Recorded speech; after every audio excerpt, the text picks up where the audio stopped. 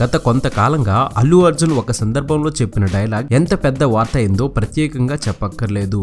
ఇక అసలు విషయానికి వస్తే, చెప్పన్ బ్రదర్ కాంట్రవర్సీ తర్వాత పవన్ కళ్యాణ్ ఫ్యాన్స్ ని మచ్చుకు చేసుకోవడానికి అల్లు అర్జున్ అస్సలు ప్రయత్నించడం లేదు. పవన్ కళ్యాణ్ సినిమా టీజర్ వచ్చినప్పుడు యువ మెగా హీరోలందరూ ఫ్యాన్స్ ని ఉత్సాహపరిచేలా రెస్పాండ్ అయి టీజర్ పై తమ రియాక్షన్స్ ని పోస్ట్ చేశారు.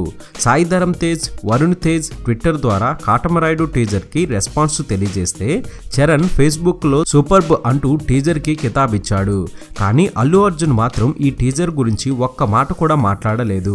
ఎవరి సినిమాలకి రియాక్ట్ కావడం లేదా అంటే అడపాదడపా కొన్ని చిత్రాలకి తన విషెస్ చెప్తూనే ఉంటాడు. సంక్రాంతికి గౌతమిపుత్ర శాతకర్ణి, శతమానం భవతి చిత్రాలకి కూడా అల్లు అర్జున్ తన బెస్ట్ విషెస్ అందజేశాడు. కానీ పవన్ కళ్యాణ్ సినిమా గురించి మాత్రం మౌనం పాటిస్తున్నాడు. విశేషం ఏంటంటే అల్లు అర్జున్ తో పాటు అతని తమ్ముడు సిరీస్ కూడా కాటమరాయుడు గురించి స్పందించలేదు. అర్జున్ మాట ఎలా ఉన్నా సిరీస్ అయితే కొన్ని సినిమాల గురించి తన కామెంట్స్ పెడుతూనే ఉంటాడు. చూస్తుంటే అల్లు బ్రదర్స్ ఇద్దరు పవన్ విషయంలో చెప్పన్ బ్రదర్స్ స్లోగన్ కే స్టిక్ అయిపోయినట్లు ఉన్నారు.